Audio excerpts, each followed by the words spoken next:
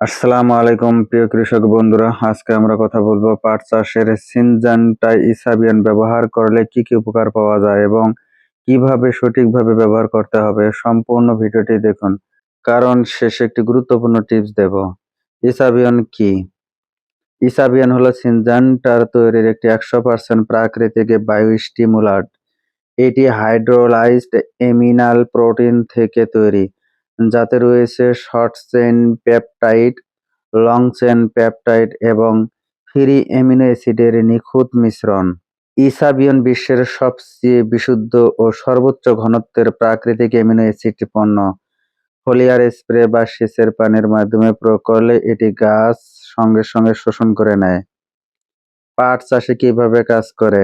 ইসাবিয়নের amino acid মিশ্রণ শিকড়ের বিকাশ ও পাতার বৃদ্ধি ত্বরান্বিত করে, গাছকে দ্রুত এবং শক্তিশালীভাবে প্রতিষ্ঠিত হতে সাহায্য করে। পাট চাষে এর 5টি প্রধান কাজ। 1 নম্বরে হলো শিকড় শক্তিশালী করে। পাটের শিকড় গভীর ও ঘন করে গাছ সরাসরি দাঁড়িয়ে থাকে।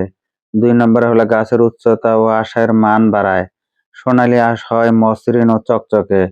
3 নম্বরে হলো পুষ্টির শোষণ বাড়ায়। ইসাবিয়ন শিকড়ের স্বাস্থ্য ও এনজাইমের কার্যকলাপ উন্নত করে মাটির পুষ্টি শোষণ ও পরিবহনে সাহায্য করে। 4 নম্বরে ধকল কাটিয়ে উঠতে সাহায্য করে। খরা, শিলাবৃষ্টি, রাসায়নিক বিষক্রিয়া বা পোকামাকড়ের আক্রমণ থেকে ফসল দ্রুত সুস্থ করে তোলে। 5 নম্বরে হলো ফলন বাড়ায়। ফল ও ফলনের আকার, রং এবং গুণগত মান উল্লেখযোগ্যভাবে উন্নত হয়। ব্যবহারের নিয়ম: প্রতি একরে 400 মিলি অথবা প্রতি লিটার পানিতে 2 মিলি হারে মিশ্রণ করে স্প্রে করতে হবে। বীজ বপনে 15 থেকে 20 দিন পর অর্থাৎ চারা গজানোর পর স্প্রে করতে হবে। গাছ দ্রুত বাড়ার সময় স্প্রে করতে হবে। প্রাকৃতিক দুর্যোগ বা পোকার আক্রমণের পর প্রতি ফসলে 2 থেকে 3 বার প্রয়োগ করুন।